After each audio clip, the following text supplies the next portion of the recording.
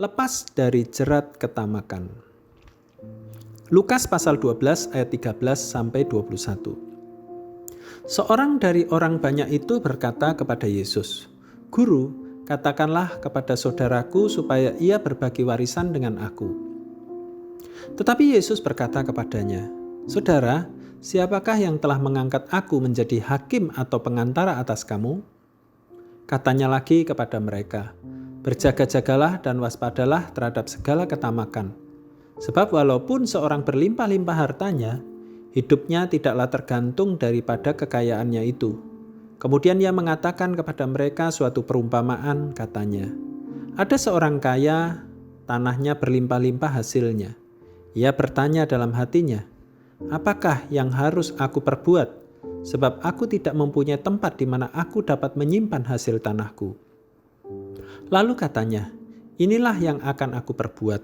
Aku akan merombak lumbung-lumbungku dan aku akan mendirikan yang lebih besar dan aku akan menyimpan di dalamnya segala gandum dan barang-barangku.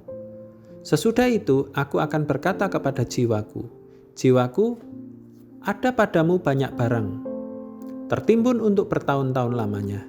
Beristirahatlah, makanlah, minumlah, dan bersenang-senanglah.'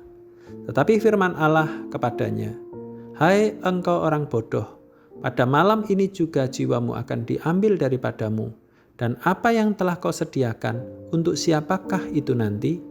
Demikianlah jadinya dengan orang yang mengumpulkan harta bagi dirinya sendiri, jikalau ia tidak kaya di hadapan Allah." Jerat merupakan sebuah tali yang disimpulkan dengan bentuk seperti lubang yang biasanya digunakan untuk menangkap hewan buruan.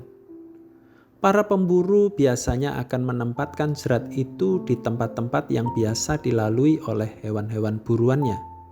Dan ketika hewan tersebut lengah, maka akan tertangkap oleh jerat yang telah dipasang oleh para pemburu. Demikian juga dengan ketamakan. Ketika seseorang lengah, ia bisa saja terjerat oleh ketamakan. Dalam Lukas 20 secara tidak langsung kita dapat menemukan beberapa cara untuk terlepas dari jerat ketamakan. Cara pertama lepas dari jerat ketamakan adalah mencukupkan diri dengan apa yang ada. Jangan menjadi seperti seorang saudara yang tidak puas dengan apa yang didapatkannya, dan ia menginginkan milik saudaranya menjadi miliknya. Cara kedua, lepas dari jerat ketamakan adalah berbagi. Dalam perenungan ini kita menemukan kesalahan orang dalam perumpamaan oleh Tuhan Yesus, yaitu orang tersebut berencana memperbesar lumbung-lumbung penyimpanannya dan hanya akan menyimpan semua yang dimilikinya untuk dirinya sendiri. Tentu tidak salah menyimpan harta kekayaan, tetapi yang jadi masalah adalah ketika lupa berbagi kepada sesama. Inilah sebuah prinsip yang diabaikan orang kaya yang bodoh.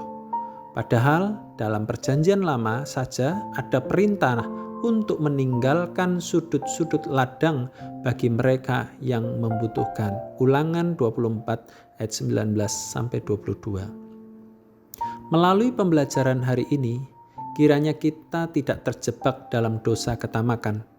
Biarlah dalam keadaan apapun kiranya kita bisa puas dan bersyukur dengan apa yang telah diberikan Tuhan bagi kita. Selanjutnya, kiranya kita juga tidak lupa untuk berbagi kepada sesama, terutama bagi mereka yang membutuhkan bantuan kita. Tentu berbagi tidaklah harus selalu menunggu kita sudah memiliki kekayaan yang sangat berlimpah. Tetapi pemberian dari apa yang ada pada kita, walau kita harus diakui besarnya, pemberian kita memiliki keterbatasan tertentu. Kiranya Roh Kudus memampukan kita untuk tidak terjatuh dalam jerat ketamakan dan hidup memuliakan Dia. Bersyukur dan memberi kepada sesama, membantu melepaskan diri dari jerat ketamakan. Tuhan Yesus memberkati.